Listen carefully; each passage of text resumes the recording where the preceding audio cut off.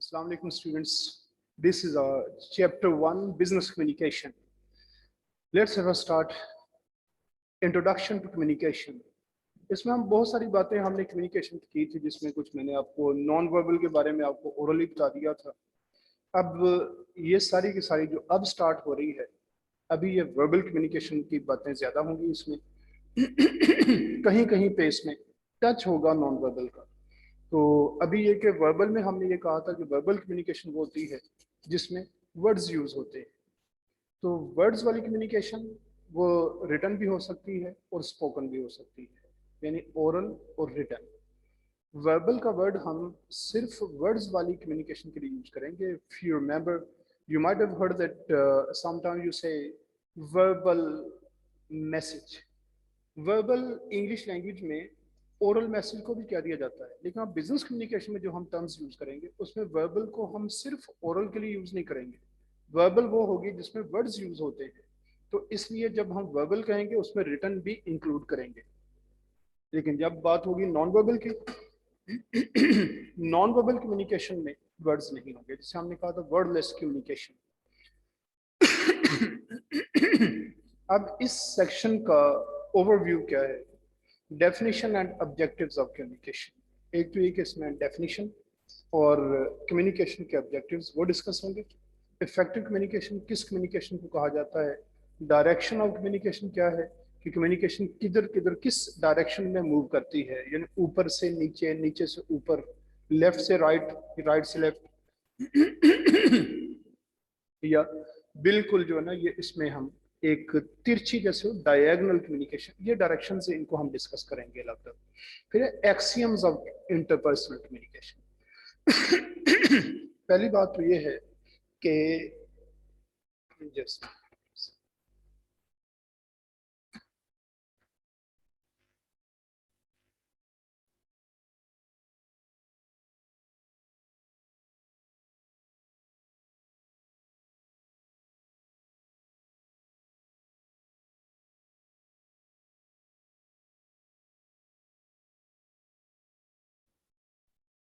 जी, पहली बात ये कि इंटरपर्सनल कम्युनिकेशन क्या होती है। यस, आप में से कोई बता सकते हैं इंटरपर्सनल कम्युनिकेशन किसको कहते हैं? Yes, yes please. Interpersonal communication, raise your hands.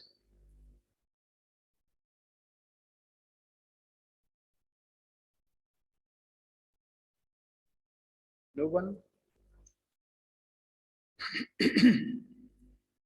Interpersonal communication हम उस कम्युनिकेशन को कहते हैं जो कम्युनिकेशन टू वे, कि अगर आप बोलते हैं तो दूसरे वाला आदमी भी बोले, या फिर कॉन्शियसली कोई ऐसा जेस्चर दे जिससे हमें अंदाजा हो जाए कि हम डेफिनेटली कोई मैसेज से रिसीव कर रहे हैं। लेकिन कुछ कम्युनिकेशन ऐसी है जो वन वे होती है, वो टू वे कम्युनिकेशन नहीं होती। वन वे कम्युनिकेशन किस तरह हो जाती है? जो वन वे होगी उसे हम इंटरपर्सनल कम्युनिकेशन नहीं कहते, ये याद रखें। उसे सिर्फ वन वे कम्युनिकेशन कहते हैं। जहां भी इंटरपर्सनल कम्युनिकेशन की बात होगी, ये वो होगी जिसे हम टू वे कम्युनिकेशन समझते हैं। वन वे कम्युनिकेशन क्या है कि इधर से आपने कोई लेटर लिख दिया, लेकिन उस वक्त कोई भी वहां पे ऐसा उसका रिसीवर नहीं होता जो ऑन द स्पॉट आपके साथ इंटरेक्ट करे। तो ये जो इंटरेक्शन होना है ऑन द स्पॉट, इसको हम कहते हैं इंटरपर्सनल कम्युनिकेशन।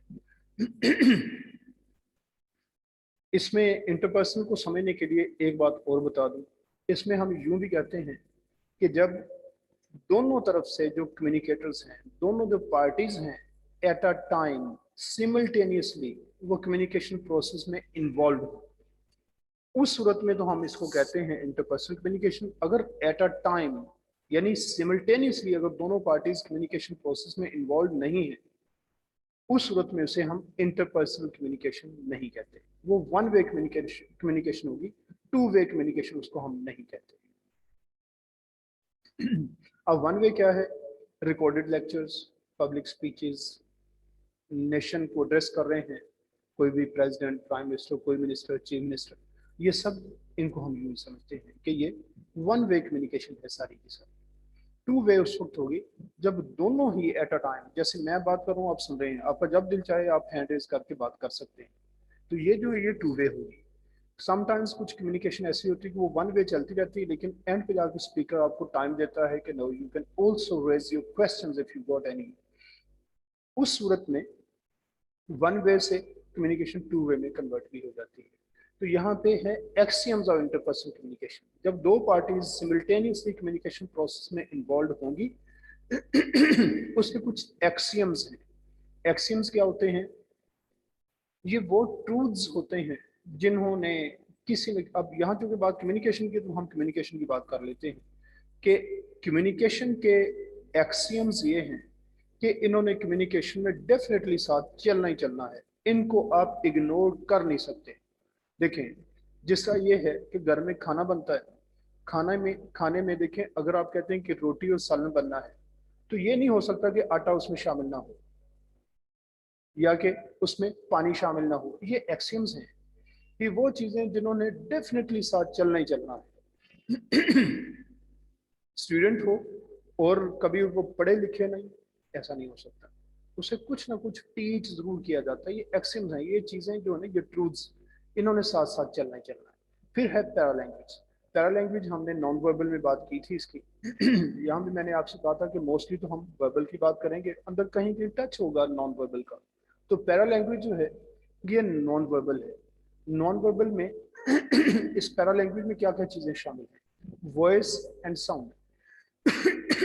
वॉइस में तो हमने उस दिन कुछ चीजें उसने भी डिस्कस की थी कि जब वॉइस की बात आती है तो सिर्फ ओरल मैसेज की बात नहीं है, बल्कि उसमें आपकी वोकल क्वालिटी, आपकी स्पीड, आपकी जो टोन और आपका स्ट्रेस, प्रोनाउंसिएशन, वॉल्यूम, ये चीजें सब शामिल हो जाती हैं। और साथ ही कुछ एडिशनल साउंड्स भी ऐड होती हैं, वो भी मैसेजेस देंगी। अब देखें, आप इंटरव्यू में जाते हैं, उसने पूछा कि व्हाट्स योर स्पेशलिटी, आप कहते हैं सर अब ये जो है ना, ये आपकी खांसी कोई नहीं है, ये आपकी नर्वसनेस को शो कर रहा है, ये सब तरह लैंग्वेज है। और एक है कि उसने पूछा कि व्हाट्स योर गुड नेम, और माय नेम इज अहमद। ये क्या हुआ इसे? हालांकि वर्ड्स वही हैं, लेकिन ये जो वॉल्यूम आपने रेज कर दिया, ये पैरा लैंग्वेज में है, ये एडिशनल मैसेजेस देगा। समटाइम्स जो आप ओरल मैसेज दे रहे हैं उसी के साथ वो चीजें चल रही होंगी, समटाइम्स एडिशनल साउंड्स होंगी। एडिशनल साउंड्स क्या है कि आप जहां बैठे हुए हैं, टेबल है पास, टेबल पे आपने क्या किया, ये पाँव मारना शुरू कर दिया उस पर, ये अब ये साउंड आ रही है। फिर आपका थ्रोट क्लियरिंग, गला साफ करना, स्नीजिंग है, आपका जो छींकें आ जाती हैं। अब इस तरह की चीजें जितनी भी एडिशनल साउंड्स होंगी, आपकी सांस की आवाजें, ये सब पैरा लैंग्वेज में शामिल है। चलिए अब definition and objectives of communication. Definition भी देखेंगे, इसके ऑब्जेक्टिव्स भी देखेंगे। With respect to the business communication syllabus, communication can be defined as the imparting or exchanging of information by speaking, writing, or using some other medium. तो business communication इसने यहाँ पे कहा, यहाँ पे इसने बिजनेस कम्युनिकेशन सिर्फ टर्म जो कि हमारा सब्जेक्ट है इसलिए बिजनेस का वर्ड यूज कर गया, हालांकि ये बिजनेस कम्युनिकेशन नहीं है। देखें, इम्पार्टिंग और exchanging of information by speaking, writing और यूजिंग सम अदर मीडियम, ये तो घर में भी हो सकता है, लेकिन यहाँ पे ये बेसिकली डेफिनेशन है कम्युनिकेशन की। अगर हम इसको बिजनेस कम्युनिकेशन बनाना चाहें तो क्या एडिशन करेंगे इसमें, इस डेफिनेशन में? Yes, raise your hands please.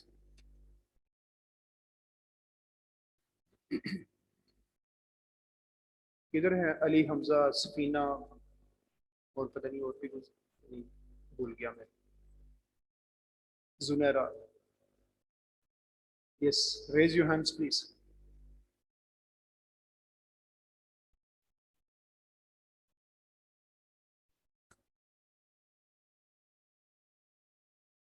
ये शाज़ेब भी है बिल्कुल।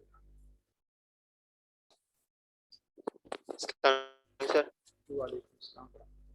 जी बेटा, क्या ऐड सर करेंगे? सर ऑर्गेनाइजेशंस इम्पार्टमेंट या business impartment, in a business, environment, very, environment. In a business environment या इन अ कमर्शियल एनवायरनमेंट, ये करेंगे। ठीक है, यस सर। जहाँ तक ताल्लुक है ना, ये ऑर्गेनाइजेशन का, आपने ऑर्गेनाइजेशन भी कहा ना, बट ऑर्गेनाइजेशन बेटा याद रखना, ऑर्गेनाइजेशन सोशल भी हो सकती है। आपका एक घर जो है, आपकी फैमिली, ये भी एक ऑर्गेनाइजेशन, वो सोशल कम्युनिकेशन नहीं रहना। इसमें हम बिजनेस या कमर्शियल, ये वर्ड्स ऐड करेंगे, इन अ बिजनेस एनवायरनमेंट या in a commercial environment. Got okay sir. It? अच्छा जी, imparting, the imparting means the giving, यानी कई दफा आप इंफॉर्मेशन देते हैं जस्ट, और समटाइम्स एक्सचेंज करते हैं। इम्पार्टिंग से क्या मुराद है यहाँ पे? इम्पार्टिंग से मुराद है कि समटाइम्स कम्युनिकेशन आपकी वन वे होगी, कम्युनिकेशन तो डेफिनेटली है वो भी। अब देखें कि आप लोग अपने सारे माइक्स ऑफ रखें या मैं किसी को अलाउ ना करूं माइक ऑन करने के लिए, तो वो कम्युनिकेशन तो डेफिनेटली हो ही रही है, लेकिन वन वे हो रही है कि मैं सिर्फ इधर से बोल रहा हूँ, आपको बोलने का मौका नहीं मिल रहा। ये इम्पार्टिंग ऑफ इंफॉर्मेशन होगी। लेकिन एक्सचेंजिंग ऑफ इंफॉर्मेशन क्या है? कि जब हम दो लोग या दो पार्टीज जब कम्युनिकेट करते हैं, तो दोनों को एक्सचेंज करने का मौका मिलता है। इस तरह से बाय स्पीकिंग, राइटिंग और यूजिंग सम अदर मीडियम। तो राइटिंग के थ्रू भी आप कर लेते हैं और स्पीकिंग के थ्रू भी कर लेते हैं, यानी यहाँ पे ये जो ये वर्बल दोनों बन जाते हैं मिलके, जिसमें स्पीकिंग जिसे हम ओरल कम्युनिकेशन कहते हैं, और राइटिंग जो रिटन कम्युनिकेशन है ये, और यूजिंग सम अदर मीडियम। और कौन सा मीडियम हम यूज कर सकते हैं इसमें? Yes,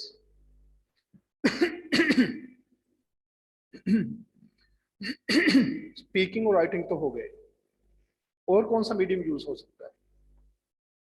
yes, raise your hands please.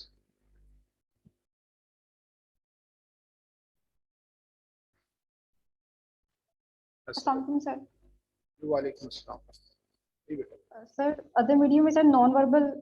Very good. Non verbal में हमने जितनी भी चीजें मतलब यूज की थी, उनमें से बॉडी लैंग्वेज बड़ी स्ट्रॉन्ग कम्युनिकेशन है। अपीयरेंस जो होती है वो तो, जो कि किसी मैसेज के साथ इसका ताल्लुक होता नहीं है, ये तो सिर्फ जो मैसेज रिसीव कर रहा है वो बना लेता है। लेकिन अगर हम डिलिबरेटली कोई यूज करना चाह रहे हैं मीडियम, तो हम बॉडी लैंग्वेज को यूज करते हैं।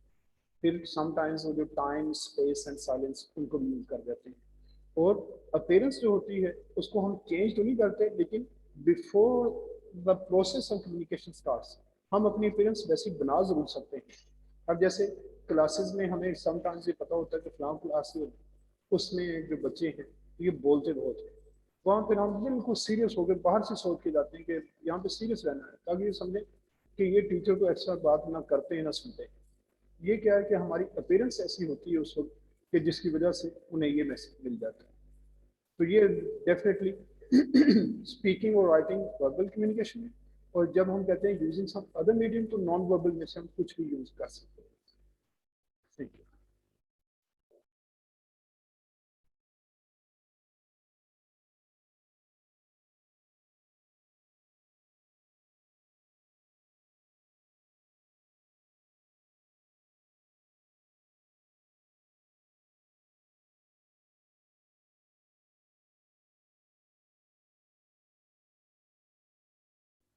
यस, अब हमने देखना है कम्युनिकेशन के ऑब्जेक्टिव्स क्या है, क्या हमारे टारगेट्स हैं, क्या अचीव करना चाह रहे हैं हम कम्युनिकेशन के through. Communication is an ever-present feature of both commercial and personal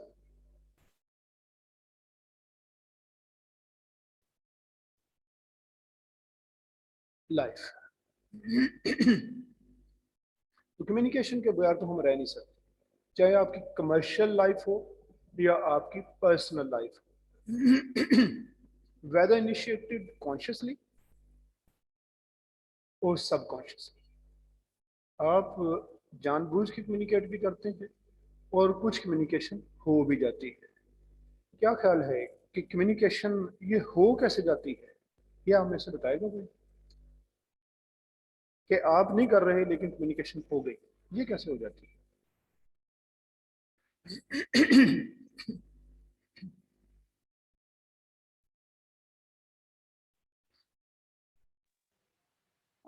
sir जैसे हमें गुस्सा जब आया होता है तो दरवाजा जोर से पटकते हैं।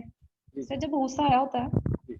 तो दरवाजा जोर से पटकते हैं ना, नहीं तो किसी को बता नहीं रहे होते कि नहीं, वो तो आपने गुस्सा आया हुआ है। नॉन वर्बली तो बता दिया आपने। देखो गुस्सा तो शो कर दिया ना आपने, वर्ड्स नहीं यूज किए, लेकिन डोर जो है जिससे आपने, या बेल कई दफा बेल बार बार करते जा रहे हैं कि जी खुला नहीं गेट अभी तक, तो ये तो आपको अपना गुस्सा आपने शो कर दिया। सर ये जब कोई हमसे बात कर रहा है और हम मतलब सिर्फ खामोश होकर बैठे हुए हैं जी। तो तब भी सबकॉन्शियसली उसको आंसर मिल रहा है कि मैं इंटरेस्टेड नहीं हूँ या नहीं तो आप साइलेंट क्यों हैं वैसे इस कम्युनिकेशन में? क्योंकि मैं इंटरेस्टेड नहीं हूँ या मुझे इसके बारे में ज्यादा इन्फॉर्मेशन नहीं है। ये तो मैसेजेस आपने दे दिए, फिर डिलिबरेटली दिए मैसेजेस ये।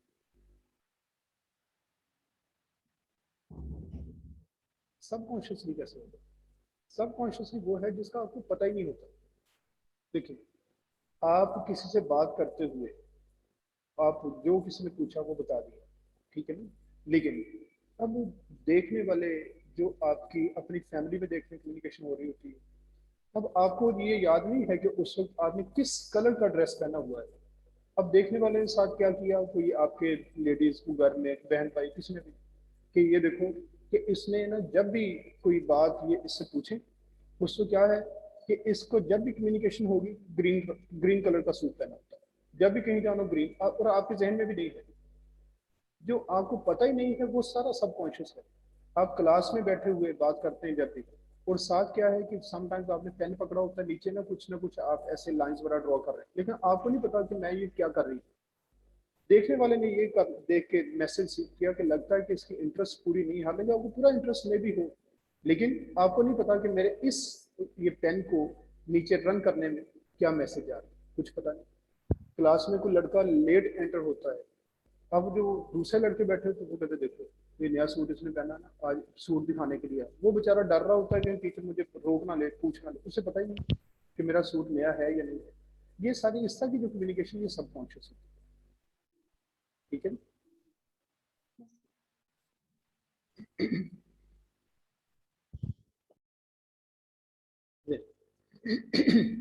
अब जो कॉन्शियस कम्युनिकेशन की इसने ब्रैकेट में एग्जांपल दी है, राइटिंग अ रिपोर्ट और ईमेल।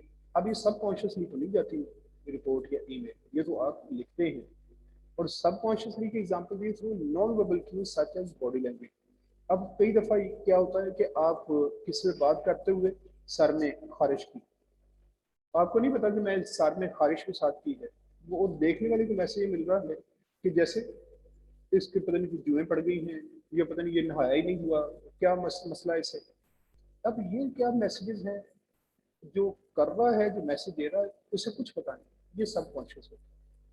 फिर कोई अंदर एंटर हुआ रूम में, अब अंदर एसी चल रहा है, वो बेचारा ऐसे डोर ओपन छोड़ के अंदर आ गया। अब देखने वालों को लगता है इसने कभी एसी वाले कमरे में कभी बैठा ही नहीं, इसे पता ही नहीं है कि दोबारा बंद करके आता है, तो उसे बेचारे को पता ही नहीं, वो वैसे ही आ गया। तो ये जो ना इस तरह के ये सब कॉन्शियस कुछ मैसेजेस होते हैं जिनका आपको पता ही नहीं होता, कि अनडिलिबरेट। उसके बाद to emphasise the relevance of communication in business, Harold Janis, a writer on organizational psychology observed। ये हेरल्ड जैनिस एक नाम है किसका, ये जो ऑर्गेनाइजेशनल साइकोलॉजी का राइटर है, वो अब क्या बताता है कि बिजनेस का और कम्युनिकेशन का आपस में क्या रिलेशन है। The world of business is a world of action. ये जो बिजनेस वर्ल्ड है, कमर्शियल वर्ल्ड जो है, इसमें एक्शन, हर वक्त कोई ना कोई काम चल रहा होता है। किस तरह के देखें, प्रोडक्ट्स आर डिजाइंड, प्रोडक्ट्स के डिजाइन बन रहे हैं, मेड प्रोडक्ट्स तैयार हो जाती हैं, एंड सोल्ड और बेची जा रही हैं। People are hired and services rendered, लोगों को हायर किया जा रहा सर्विसेज दी जा रही हैं, पॉलिसीज आर डिवाइज्ड, पॉलिसीज बन रही हैं, एंड इम्प्लीमेंटेड, और अमल दरामद किया जा रहा है उन पे। Jobs are learned and performed, jobs सीखी जा रही हैं कि नया आदमी किसने ऑर्गेनाइजेशन ज्वाइन कर ली, अब उसे बताया जा रहा है कि तुमने क्या करना है, अब वो उसको सीख रहा है, एंड परफॉर्म, फिर वो परफॉर्म करता है। Yet there is no practical way in which any of these events can take place without communication. लेकिन ऐसा नहीं हो सकता कि ये जो प्रोडक्ट्स बन रही हैं और प्रोडक्ट्स डिज़ाइन की जा रही हैं, लोगों को हायर किया जा रहा है, सर्विसेज दी जा रही हैं, और सर्विसेज जॉब्स परफॉर्म की जा रही हैं, इन सब के लिए कम्युनिकेशन का होना ज़रूरी है। अच्छा, एक क्वेश्चन मैं आपसे छोटा सा पूछता हूँ कि क्या ख्याल है, किसी आदमी की पर्सनल ग्रोथ है किसी ऑर्गेनाइजेशन में, उसके लिए क्वालिफिकेशन ज़्यादा ज़रूरी होगी या communication? Yes, raise your hands please. क्या चीज़ ज़रूरी है?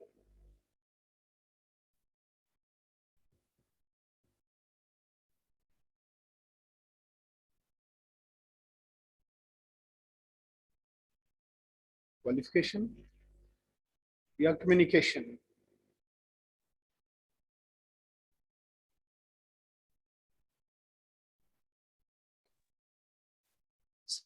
कम्युनिकेशन इंपॉर्टेंट होगी। कम्युनिकेशन किस तरह पता चलेगा कम्युनिकेशन ज़्यादा इंपॉर्टेंट है? सर इसकी मैं एग्जांपल टीचिंग से दे सकता हूँ कि एक टीचर है, जी जी उसकी क्वालिफिकेशन दो टीचर्स की बिल्कुल सेम ही है, जी। लेकिन उनका मेथड डिफरेंट है, हम्म, तो मेथड से बच्चों को ज्यादा समझ आ सकती है, very पढ़ाने का अंदाज। good. That's the perfect answer. अब देखिए, किसी भी ऑर्गेनाइजेशन में जब आप एंटर होते हैं ना, एंटर होने के लिए नो डाउट वो आपको क्वालिफिकेशन की बेस पे ही जाना पड़ता है, लेकिन उसमें भी आपने देखा होगा कि क्वालिफिकेशन से आगे क्या होता है कि जो इंटरव्यू में अच्छा परफॉर्म करे उसे। अच्छा, और एक चीज ये भी होती है कि चले आप कहते हैं कि इंटरव्यू में किसी का इंटरव्यू अच्छा नहीं भी था लेकिन क्वालिफिकेशन ज्यादा थी, उसको भी उन्होंने रख लिया, दो तीन ने कैंडिडेट्स जो रिक्वायर्ड थे वो उन्होंने उनको एडजस्ट कर लिया। लेकिन ऑर्गेनाइजेशन में जैसा ये अभी बताया इसने, ये ऐसा ही होता है। ऑर्गेनाइजेशन में अब ग्रो वही करेगा जिसकी कम्युनिकेशन अच्छी, क्यों? क्वालिफिकेशन अब पीछे रह गई, अब तो परफॉर्म करना है वहां पे।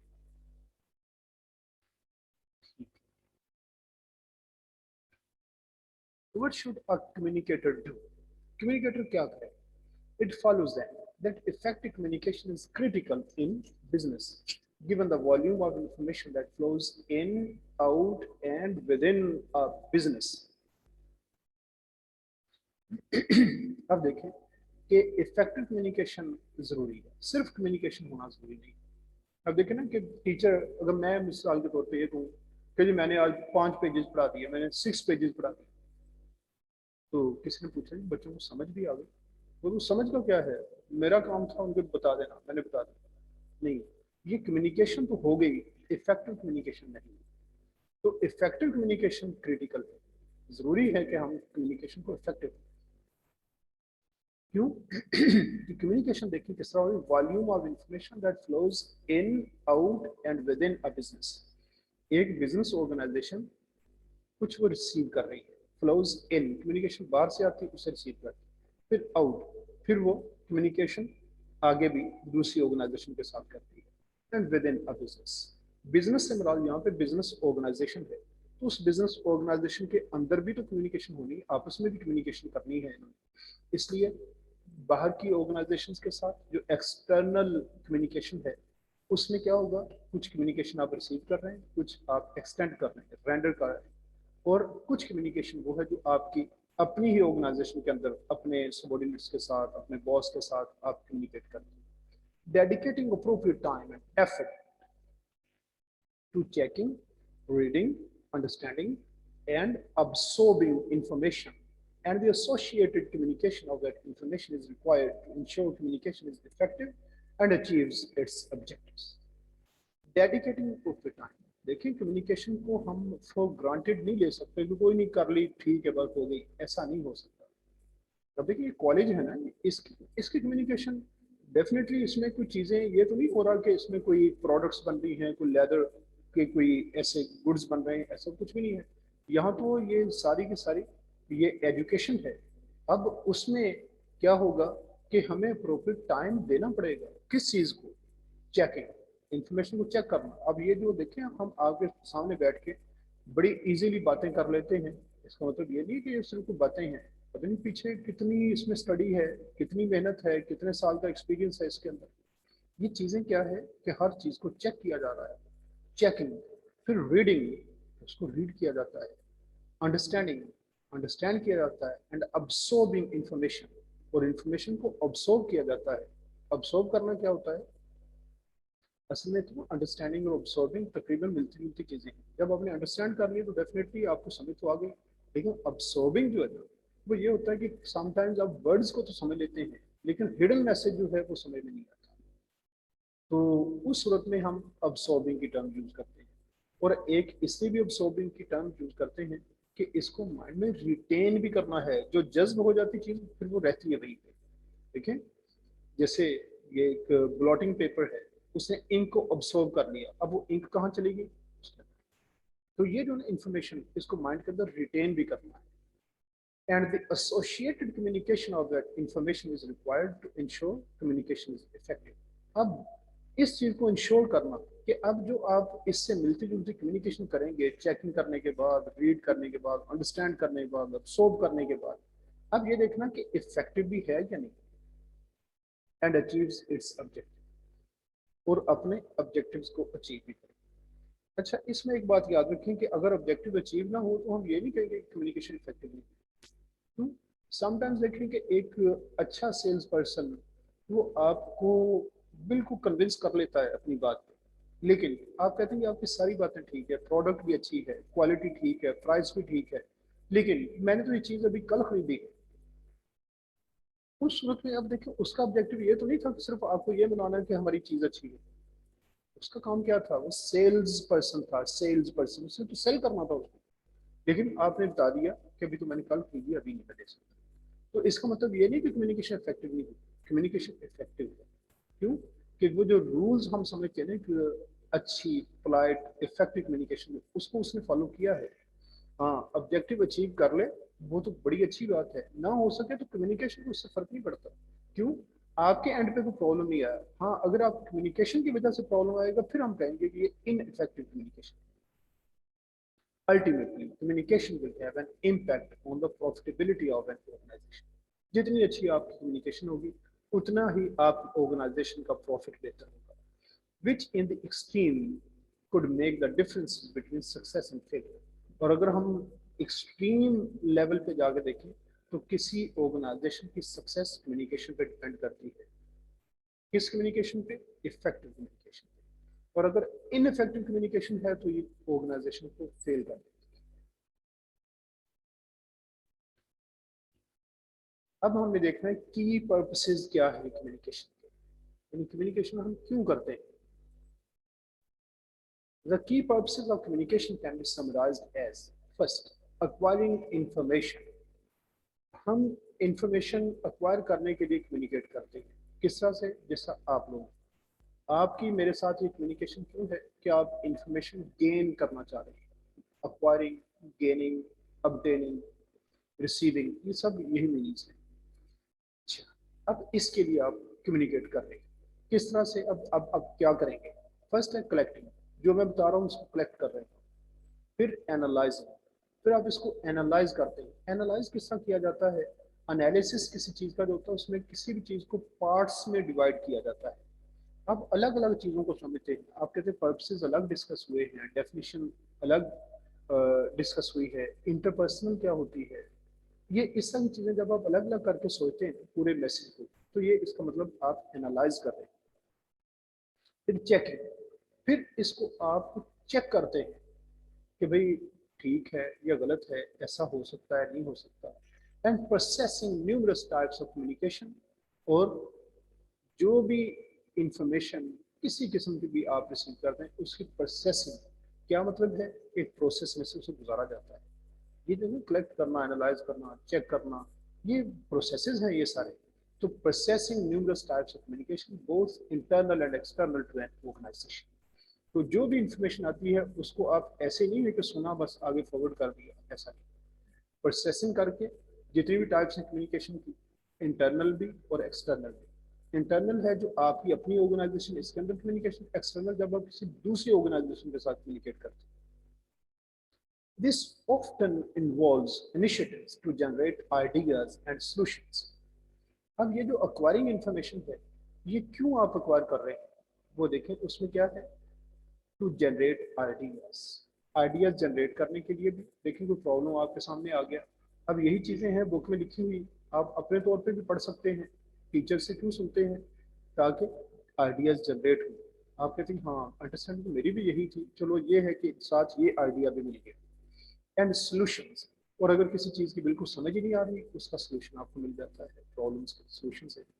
फिर है डिसेमिनेटिंग इंफॉर्मेशन। एक पर्पस ये भी है कि हम इंफॉर्मेशन देने के लिए भी कम्युनिकेट करते हैं, जैसे मैं अब आपके साथ कम्युनिकेट कर रहा हूँ, आपका पर्पस अक्वायरिंग इंफॉर्मेशन था, मेरा पर्पस डिसेमिनेटिंग इंफॉर्मेशन यानी sharing information to those who need it to perform their job.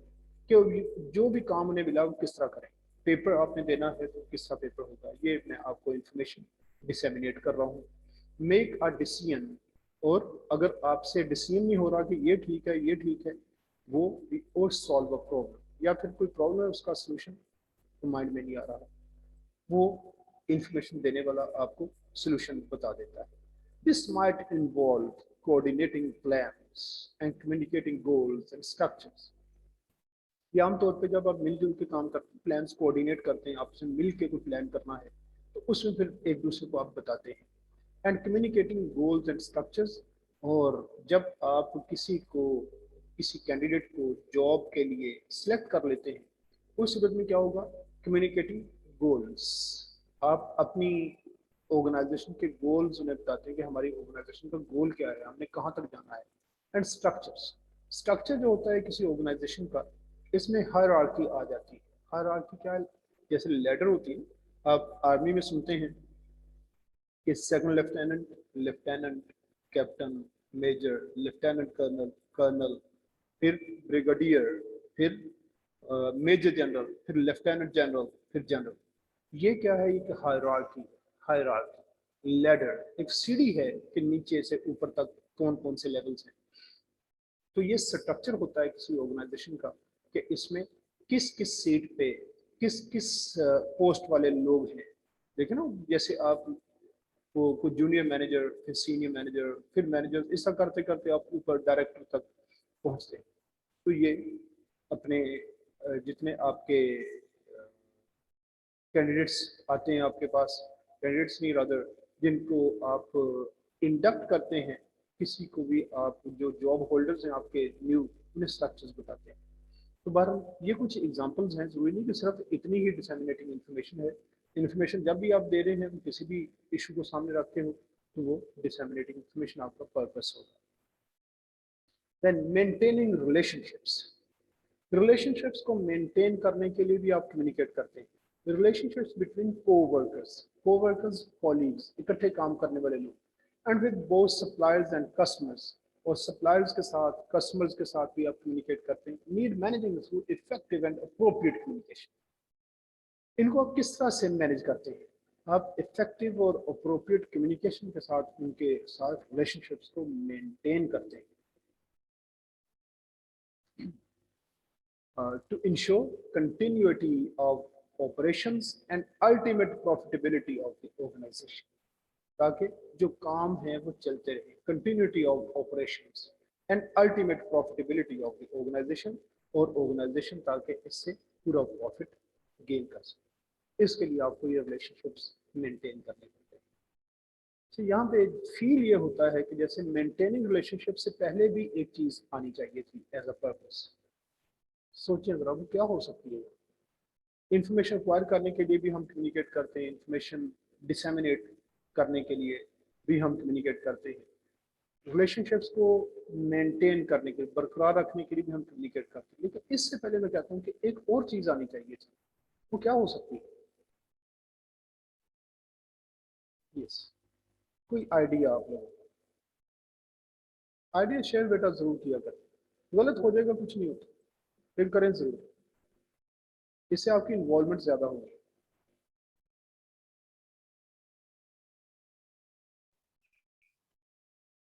अस्सलाम वालेकुम सर। वालेकुम अस्सलाम। Sir making new relationships. Very good. देखिए बिल्डिंग रिलेशनशिप्स वो भी तो एक काम है ना, कि रिलेशनशिप देखिए आप मैन्युफैक्चरर हैं, सपोज आप गारमेंट्स का आपका काम है, आपकी फैक्ट्री है, अब वहाँ पे देखेंगे आप जो कुछ प्रोड्यूस कर रहे हैं मार्केट में जो रिलेशन बनाएंगे तो ये आगे सेल करेंगे, क्या ख्याल है? Yes sir. Very good. तो ये रिलेशनशिप जो बनाना है, बिल्डिंग रिलेशनशिप्स भी एक यहाँ पे होना चाहिए था। पर्पसेस बहुत सारे हैं कम्युनिकेशन के, और भी मेन जो है ना, बहरहाल इसने ये तीन ही ये लिखे हैं। अगर पेपर में क्वेश्चन आता है तो आपने यहीं तक ही रहना है। ये तो सिर्फ आपकी अंडरस्टैंडिंग के लिए मैंने बताया कि रिलेशनशिप्स जो ना अगर बिल्ड किए जाएं, ये भी एक पर्पस होता है, इसके लिए भी हम कम्युनिकेट करते हैं।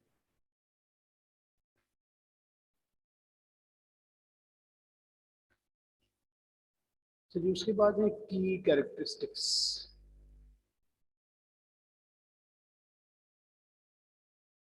इफेक्टिव कम्युनिकेशन किस तरह बनती है, क्योंकि हमने ये कहा था कि कम्युनिकेशन का होना ही जरूरी नहीं है, इफेक्टिव कम्युनिकेशन का होना जरूरी है। तो इफेक्टिव कम्युनिकेशन कैसे बनती है? Communication should demonstrate the following characteristics in order to maximise its impact. अगर हम चाहते हैं कि हमारी कम्युनिकेशन इफेक्टिव हो तो उसके लिए कुछ चीजें। फर्स्ट क्या है? एक्यूरेट, इसमें लिखा यहाँ पे एक्यूरेसी होना चाहिए था, क्योंकि ये हम कहते हैं पैरेललिज्म। जब हम सब हेडिंग्स वगैरह देते हैं ना, तो ये सारे एक तरह के पार्ट्स ऑफ स्पीच, एक तरह के पार्ट ऑफ स्पीच में होने चाहिए। जैसे एक्यूरेट अगर एडजेक्टिव है तो नीचे मीडिया और चैनल आ रहे हैं, वो नाउन्स हो जाने, उनका एडजेक्टिव तो नहीं बनेगा। एक्यूरेट का हम नाउन बना लेते हैं, वो है एक्यूरेसी। तो आपकी कम्युनिकेशन में अगर एक्यूरेसी का एलिमेंट है तो इसका मतलब है कि आप इफेक्टिव कम्युनिकेशन की तरफ जा रहे हैं। अभी किस तरह होगी? Facts and figures. Facts and figures आपके एग्जैक्ट एक्यूरेट हो। किस तरह से? क्या चीजें हैं उसमें? Including numbers. नंबर से क्या बात है कि जैसे आपने नंबर ऑफ आइटम्स बताए, तो ये नहीं है कि जी वो 500, 600, 700, 800 हो सकते हैं, नहीं। 500 हैं, 600 हैं, 700 हैं या 800 हैं, तो एक बताएं। टाइम्स, टाइम सही बताएं। ये नहीं है कि आप किसी भी वक्त हमारा ऑफिस विजिट कर, नहीं, सही आप टाइम बताएंगे, इतने से इतने बजे तक आप आए फलां दिन को, ये एग्जैक्टनेस, ताकि अगला आदमी उसमें फिर रिस्पॉन्सिबल फील करता है। इसको तो आप अपनी सोशल कम्युनिकेशन में देख सकते हैं। आप देखें किसी से आप कहते हैं कि आप अपनी ना फैमिलीज में किसी को विजिट किया, मामू चचा वगैरह कहीं गए, अच्छा, अब उसके बाद आपने कहते हैं कि अब आपकी बारी, अब आपने आना है, तो कहते हैं बिल्कुल आएंगे। आप कहते हैं कब आएंगे? कहते हैं कि जब आप बुलाएंगे हम आ जाएंगे। नहीं, ये जो जब वाला काम है ना, ये कोई टाइम नहीं है। ये जब की वजह से ना बहुत सारे काम रह जाते हैं। जब आप जब कहेंगे, आप कहते हैं जी वो फलां आपका दोस्त पास हो गया, कहते हैं आपकी तरफ ट्रीट बनती है। कब देनी है ट्रीट? ये जब आप कहेंगे। हर वक्त हम हाजिर हैं, और इस बात को करते करते साल हर साल गुजर जाते हैं। ये बड़ा मुश्किल हो जाता है, इसलिए ना एक्यूरेसी का होना जरूरी है। टाइम सही बताएं, कितने बजे का, डेट, ये जो ना कि कुछ दिनों तक नहीं, डेट बताएं वहां पे। एंड नेम्स, और नेम्स सही। नेम्स का सही होना क्या है? एक तो ये है ना कि हमारी कंपनी में जब भी आप आएंगे आपको हम वेलकम करेंगे। कौन करेगा वेलकम? उसका नाम बताएं, कौन मिलेगा जो उसको रिसीव करेगा। और दूसरा क्या है कि नेम्स, इनके साथ कर्सी टाइटल जो हम लिखते हैं ना, ये मिस्टर, मिस, मिसेस, मिस वगैरह, ये सही लिखें। और नामों के स्पेलिंग सही लिखें, नाम का ऑर्डर सही रखें। ये नहीं है कि फिर किसी का नाम है ना, मिसाल के तौर पे इमरान ताहिर, उसे ताहिर इमरान लिख दिया, ये भी गलत में आएगा। इसलिए एक्यूरेसी होना जरूरी, must be accurate, as inaccuracies can create a bad impression for an organisation, क्योंकि इसका इम्पैक्ट बहुत बुरा है, which can ultimately impact on its profitability. तो ये लॉस हो जाता है ऑर्गेनाइजेशन को अगर आप ये चीजें देखें। आपने ये कह दिया कि जी आप कुछ दिनों तक ये गुड्स हमें सेंड कर दें, डिलीवर कर दें। अब उन्होंने किया कोई 8 दिन के बाद, सारे कुछ दिन ही है ये भी, लेकिन आप कहते नहीं हमारा तो ख्याल तो 2-3 दिन में करेंगे, तो फिर हमें फायदा नहीं, नुकसान होता है। Imagine how upset you would be if you receive the wrong amount of salary to low 1 month. आपकी सैलरी बनती थी 2 लाख, आपको उन्होंने जो वो कैश दिया, ज़रा काउंट किया तो पता चला कि वो तो 20,000 बना। ये क्या हुआ? ये इनएक्यूरेसी। ये तो खैर मैंने बहुत बड़ा डिफरेंस बताया। इवन इसमें तो कोई 2-3 हज़ार का भी डिफरेंस लोग बर्दाश्त नहीं करते, टू लो जो है ज़ाहिर है अगर बहुत कम हो। If you were a supplier and were paid the wrong amount too low, आप सप्लायर हैं, बिल आपका बन रहा है कोई 20 लाख का, अब उन्होंने आपको पेमेंट की तो पता चला कि वो बनी 12 लाख, 8 लाख पे ही नहीं किया, तो ये देखिए इनएक्यूरेसी है ये by one of your largest customers. Or if you are a corporate customer, never send the wrong type or amount of goods. Corporate customer एक है individual customer, जिससे हम जाते हैं शॉप्स पे तो कपड़ा ले लिया, जूते खरीदे, लेकिन एक है corporate, किसी ऑर्गेनाइजेशन के बिहाफ पे आप चीजें खरीदते हैं, जैसे परचेस मैनेजर हैं आप किसी कंपनी में, बट परचेस है, परचेज नहीं है। तो अब आपने आपकी कंपनी में क्या है कि स्टेशनरी आपको चाहिए थी, स्टेशनरी, कुछ पेन्स और कुछ पेपर की बात है, बहुत सारी चीज़ें आपको रिक्वायर्ड थी। अब वो सारे वेट कर रहे हैं, आप कहते हैं जी जी आज बस वो आज डिलीवर कर रहे हैं। तो आपको पेन्स जो हैं वहाँ पे अगर सपोज अच्छे पेन्स आपको कोई 50 चाहिए थे, उन्होंने 5 पहुँचा दिए कि जी वो हो सॉरी वो ज़ीरो हम पढ़ नहीं सकते। अब आप बताएं कि उस वक्त आपका क्या हाल होगा, बाकी ऑफिस वाले जो लोग हैं आपके कॉलीग्स हैं उनके सामने आप उनको कैसे फेस करें। तो ये इनएक्यूरेसी इस तरह के लॉसेस कर जाती है, तो इसका हमें ख्याल रखना है।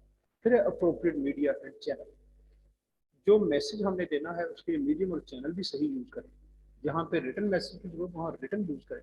अब देखें कोई कहते हैं कि एप्लीकेशन रिक्वायर्ड है, आपको लोग एप्लीकेशन लिखने की क्या जरूरत है, आप मुझे बुलाएं मैं आगे आपको बता देता हूँ। वो कहते नहीं एप्लीकेशन दें, हम उनको पूरी प्रोसेसिंग करनी, हम नहीं मैं खुद आके आपको सेटिस्फाई कर दूँ, तो ये गलत हो जाएगा। मीडियम और चैनल सही यूज करना। This means selecting the right type of communication. कौन सी कम्युनिकेशन यूज करनी, जहाँ ईमेल की जरूरत है वहाँ ईमेल, जहाँ लेटर की जरूरत वहाँ लेटर, जहाँ टेलीफोन कॉल वहाँ पे टेलीफोन कॉल, रिपोर्ट और मीटिंग, जहाँ मीटिंग की जरूरत वहाँ मीटिंग हो, जहाँ रिपोर्ट लिखनी वहाँ पर रिपोर्ट हो। देखें किसी को खुदा न खास्ता कोई कंडोलेंसेज हैं, कोई ताज़ियत करनी किसी के साथ, करीबी कोई आपके मिलने वाले, तो आप व्हाट्सएप में मैसेज कर दें, बस बात नहीं करती, जाना पड़ता है वहाँ पे, वहाँ मीटिंग है। तो इसलिए सही मीडियम सही चैनल को यूज करें। Before communicating something consider how you would feel and what message you would actually receive if it was you receiving that particular message. यानी ऐसे मौकों पे आप रिसीवर की जगह पे अपने आप को रख के देखें कि अगर मुझे ये मैसेज मिले तो मुझे कैसा लगेगा। ठीक है ना, एप्लीकेशन आपने प्रिंसिपल को देनी है लीव के लिए, आप क्या करते हैं, आप कहते चलो लिख के देनी है ना एप्लीकेशन, व्हाट्सएप कर देते हैं प्रिंसिपल को मैसेज लिख देता हूँ, नहीं वो सही आपने मीटिंग रूम से नहीं किया। तो अगर आप खुद ये रिसीव करेंगे फिर आपको ये फील होगा, इसलिए सही मीडियम सही चैनल। फिर एक clarity, there should be little doubt as to what is meant by the communication. कोई डाउट ना रहे कम्युनिकेशन के बारे में कि आप क्या कहना चाह रहे हैं, आप जो कुछ कहना चाह रहे हैं रिसीवर की समझ में क्लियरली आ जाए, इसलिए इसको क्लियर रखें। This requires careful choice of language. आप इसमें क्या करें, लैंग्वेज का सही यूज। लैंग्वेज का सही यूज क्या है, ऐसे वर्ड्स ना यूज करें जो उसने कभी सुने ना हो या जिनके 2-2, 3-3 मीनिंग्स बन रहे हो। अब रन का जो वर्ड है रन, इसके बारे में एक जगह पे लिखा हुआ था कि इसके 71 मीनिंग्स हैं एज अ वर्ब। अब आपने कौन सा मीनिंग लिया, आपने डिक्शनरी से निकाला तो वर्ड को लिख दिया, अब वो हो सकता है उसके लिए प्रॉब्लम बन जाए। इसलिए ये ऐसी कम्युनिकेशन यूज करें, ऐसी लैंग्वेज यूज करें जो इजी हो उसके लिए, जिसको समझ सके, क्लियर हो। And keeping the communication as simple as possible. Simple, बिल्कुल सेंटेंस स्ट्रक्चर भी सिंपल आपका हो, ये ना हो कि वो पता ही ना चले कि आप कहना क्या चाह रहे हैं। फिर है अप्रोप्रिएट लैंग्वेज। यहाँ लैंग्वेज से मुराद क्या है कि आपकी टोन इमेज प्रॉपर हो। तो देखिए कोई मैसेज आप किसी को देते हैं, वो आपने कहा कि मैं दोबारा आके आपसे पूछता हूँ, तो लगता डरती देखिए, तो दोबारा आके पूछता हूँ, ये कौन होता मुझे पूछना, मैं पूछूंगा इससे। अब ये क्या है कि वर्ड्स में तो क्लैरिटी, वर्ड्स सिंपल यूज किया आपने, टोन ऐसी यूज कर दी कि जिसमें लगता है कि अंदर गुस्सा एंगर शामिल हो गया।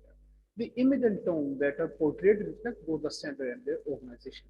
जिस तरह से आप मैसेज देंगे उससे पता चलेगा कि आप किस तरह के हैं और आपकी ऑर्गेनाइजेशन किस तरह की है। It is particularly important when communicating with parties external to the business. जब externally आप communicate करते हैं उस वक्त ये ज्यादा प्रॉब्लम बनता है क्योंकि इंटरनली लोग आपको जानते होते हैं और ऑर्गेनाइजेशन क्योंकि सेम होती है ऑर्गेनाइजेशन का तो उसमें इमेज कोई नहीं होता कि इससे इमेज खराब हो क्यों सारे उसी ऑर्गेनाइजेशन का पार्ट लेकिन जब आप एक्सटर्नली कम्युनिकेट करेंगे फिर आपका इमेज भी क्योंकि आपके कॉलीग्स नहीं होते आगे रिसीवर्स वो और लोग हैं और ऑर्गेनाइजेशन भी डिफरेंट है इस वजह से उसमें प्रॉब्लम ज्यादा है To set the right image and tone to ensure the message being communicated is not distorted and misinterpreted ताकि मैसेज जो है उसको कोई मिसअंडरस्टैंड ना कर तो ये कुछ चीजें हैं उसके बाद बाकी फिर आइंदा डिस्कस करेंगे इंशाल्लाह ये आप इसी पे इसको खत्म करें ओके